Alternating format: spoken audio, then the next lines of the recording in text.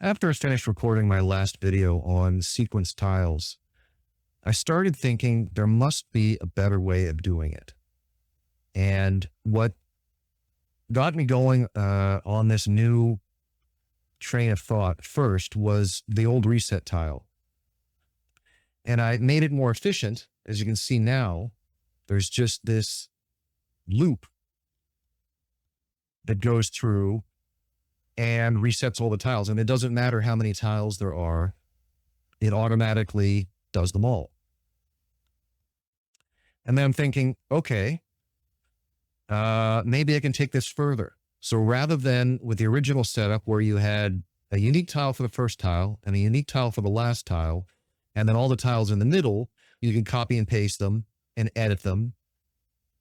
And then you would also edit the last tile to compensate for however many of the middle tiles you did. I came up with a new way of doing it where you just have one tile. That's it. And this tile you copy a bunch of times, you change the image and you change the number on the tile, and that's it. That's all you need to do. And you can make it as long as you want, and all the tiles are exactly the same. So this setup is a little bit more complicated if you're looking to set it up yourself, but of course you can just grab a copy of my module and then just copy paste the tiles and just don't even have to know how they work. But if you're interested in knowing how they work and giving me a chance to show off my genius, so what we have here is all the tiles, because all of them are just going to be copies of this one tile. They're all tagged sequence tile. And then the only thing that unique that you have to do for each tile is in the appearance up here, change the graphic, obviously. And then in here, the second line set active tile variable, this tile number to 1, change it to 2 or 3 or whatever the number is in the sequence. And that's it. You don't have to change anything else. And you can make it as many tiles as you want. So if I want to make this like 3 digits long, just for a quick example, I would just copy this tile, paste it again, then go into this tile here, change the image to a 2,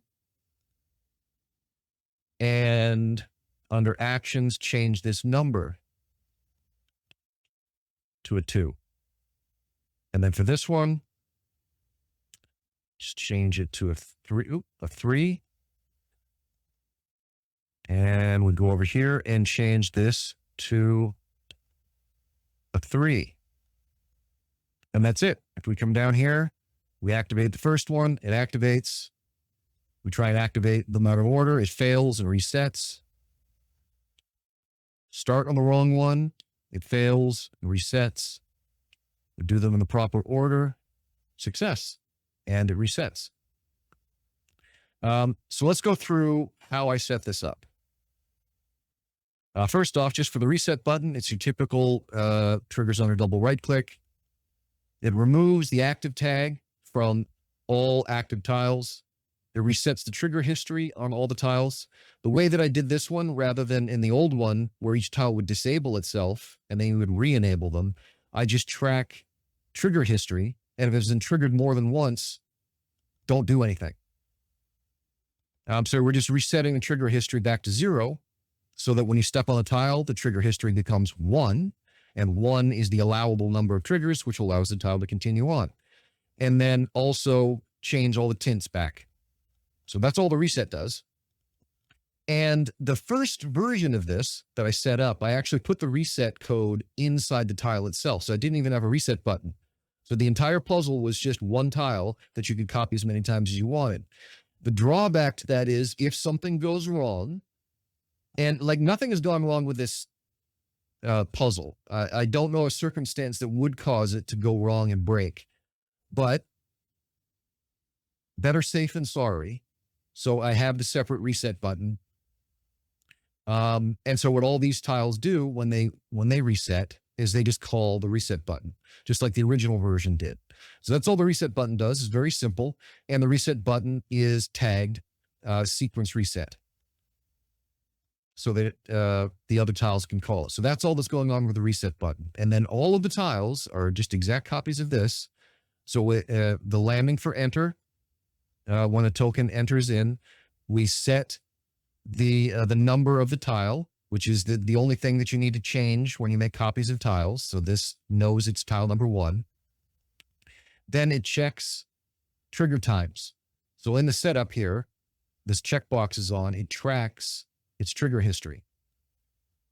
And so we check, has it been triggered 1 time? Because stepping on it is a trigger. So before you do anything else, it's already set to 1. So is equal to 1. If that means it's only ever been triggered this 1 time, go ahead and continue processing. If the number is anything other than 1, don't do anything. So the tile just stops. So people can walk over the tile over and over and over again, nothing happens. So then we check the number of entities, a check entity count, and we're checking how many active tiles there are. And we're comparing it against the number of this tile, right? So I'm the first tile. I check how many tiles are active. And as you can see, we've added, I guess I skipped this step, sorry. We add the tag active to this tile. Then we check the number of active tiles. If it matches my number, then we're okay. Because that means that the number of tiles have been activated before me plus me equals me, then I know that I am the right tile in the sequence. So everything is A-okay. If it's not, then jump to fail. So jumps down here and does whatever the fail code is. Then we know we've succeeded, that we're the right one in the sequence. So we're going to turn ourselves green. And then we're going to check, are we the last one in the sequence? So we do another entity count of the total number of tiles that are sequence tiles, which is any of these tiles. And if we're not the last tile, then don't do anything else. We've marked ourselves as active and we've colored ourselves. We don't need to do anything else because we're not the last tile.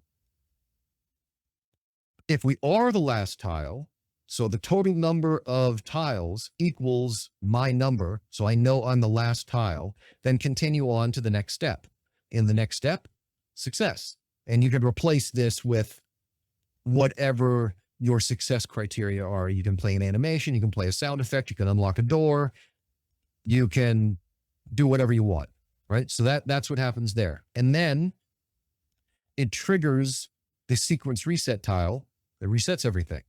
Now, if you want your puzzle to shut down after it successfully completes, just remove this line, and the puzzle will just shut off, and nothing will happen anymore.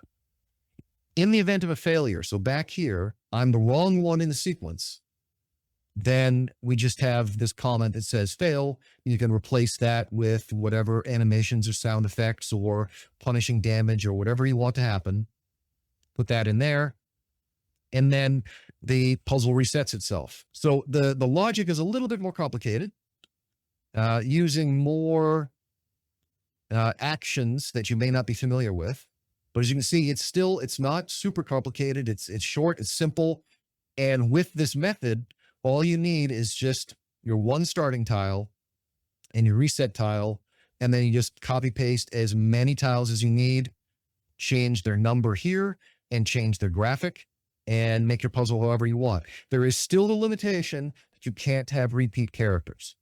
Well, I mean, you can. Like if I were to do one with like the word password and there's a pair of S's, it still can work, but the problem is the S's have to be activated in the proper sequence, which will confuse and frustrate players because they won't understand why, one S has to go before the other S, and they may not be able to tell the difference between the two S's unless you've got like two different graphics for the two S's or something to differentiate them.